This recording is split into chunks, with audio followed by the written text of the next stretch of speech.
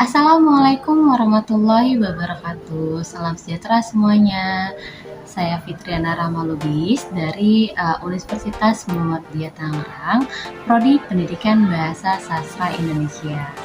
Video ini saya buat untuk memenuhi tugas ujian akhir semester saya dengan mata kuliah menyimak dosen pengampu Ibu Hamda Siti Hamsana Fitriani MPD. Video kali ini saya akan membahas menyimak sastra. Menyimak sastra adalah pengembangan kemampuan mendengarkan, memahami, dan menanggapi berbagai ragam wacana lisan.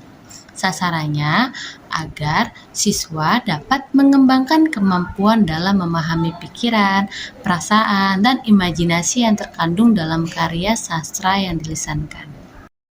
Menyimak sastra ini juga dapat menyusun model pembelajaran yang lebih menarik dan menyenangkan, dan juga menerapkan berbagai model dalam pembelajaran dan melaporkan hasil menyimak sastra. Berikut contoh pembelajaran menyimak sastra dongeng. Mari kita simak bersama-sama. Di perkampungan pada air manis, hiduplah Mandirubaya dan anak laki-lakinya, yaitu Mandirubaya. Dahulu kala di perkampungan lain pada air manis, hiduplah seorang janda bernama Mandirubaya dan anak laki-lakinya, Malin. Mandirubaya sangat menyayangi dan membanggakan Malin. Malin pun tumbuh jadi anak yang rajin dan penurut. Ketika Mandirubaya mulai menua, ia hanya bekerja sebagai penjual kue untuk memenuhi kebutuhan hidupnya. Suatu hari, Malin jatuh sakit. Ibu Malin melihat panas sekali.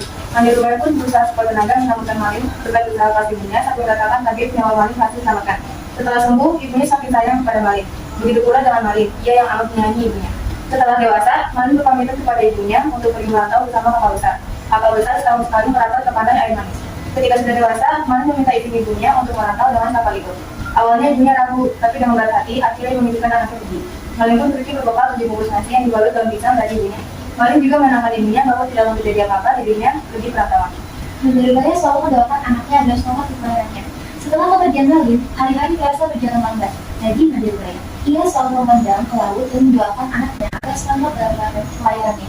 Mandirubaya selalu menanyakan keadaan Malin setiap ada kapal besar yang merapat. Namun, jawaban dari nakoda di awal kapal tidak ada yang menguasainya. Malin pun tidak pernah memberikan dan atau pesan apapun. Ibu Malin yang semakin tua mengharapkan anaknya segera kembali kepadanya. Doa Mandirubaya yang tak putus-putusnya itu terus dilakukan sampai dia semakin menua. Tubuhnya mulai dimakan usia dan jalannya mulai terpenuhi. Ibu sudah tua Malin, kapan kau pulang? Izin Mandirubaya dia kalah. Namun, Malin tak juga datang menghubungi ibunya. Nakoda kapal yang membawa Malin pun membawa kabar kalau Malin sudah menikah dengan gadis bersama. Harapan Mandirubaya terkabul, ada kapal megah dan indah berakar ke pantai. Keyakinan Mandirubaya diaminkan dengan kedatangan kapal megah. Penduduk perkampungan menyambut gembira kapal itu. Mereka berkumpul di sekitar kapal itu karena mengira itu milik sultan atau pangeran. Mandirubaya pun turut berdesakan di dekat kapal. Dia melihat sepasang muda-mudi di anjungan kapal.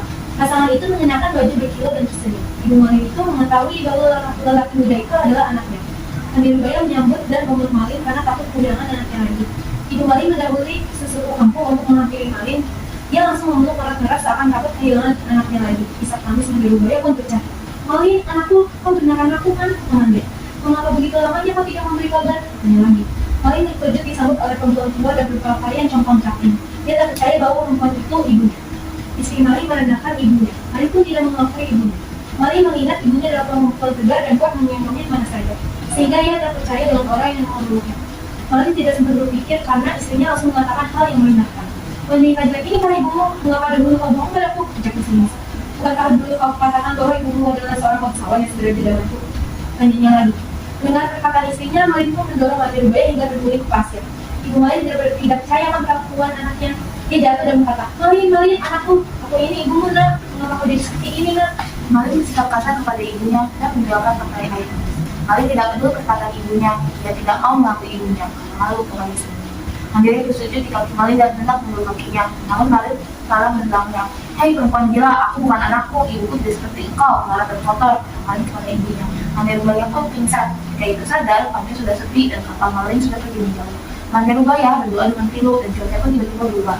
Hati Mandirubaya perih seakan ditusuk-tusuk. Dia tak menyangka anak laki-laki kesayangannya tega kepada ibunya sendiri. Dia mengangkat tangan ke langit dan berdoa dengan hati pilu.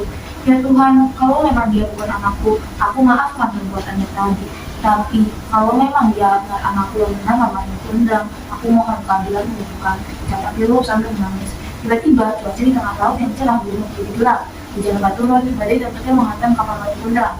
Badai menghancurkan kapal Malin Kundang dan tampak sebongkah batu menyerupai tubuh Malin. Badai yang datang tiba-tiba itu menghancurkan kapal Malin Kundang hingga berkeping-keping. Puing kapalnya terbawa sampai ke pantai. Hari-harinya puing kapal Malin Kundang yang terdampak telah menjadi batu. Hidup Malin Kundang pun turut menjadi batu. Jadi kutuk oleh ibunya karena durhaka. Di sela-sela batu, ikan teri, ikan beranak, dan ikan menjadi berenang. Ikan itu berasal dari tubuh si Malin yang menjadi suaminya. Dari yang kalian baca cerita dongeng Malin Kundang, tokoh-tokoh yang ada di dalam itu siapa? Malin Kundang dan ibunya. Malin Kundang dan ibunya. Nah, untuk karakter yang dimiliki oleh Malin Kundang itu, bisa jawab?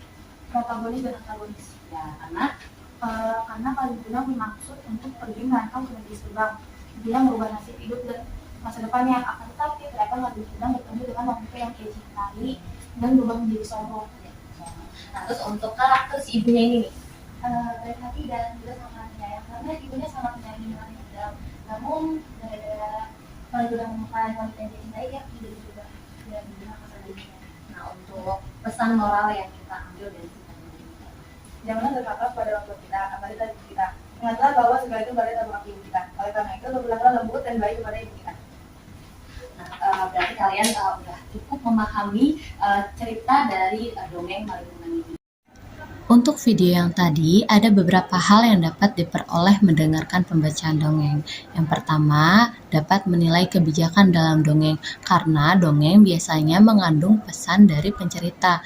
Apabila dianalisis dengan benar, maka didapatkan nilai pesan dari pembuatan dongeng. Salah satu contoh dongeng yang tadi kita dengarkan ya, maka pembaca akan menghayal dan mengamalkannya dalam kehidupan sehari-hari.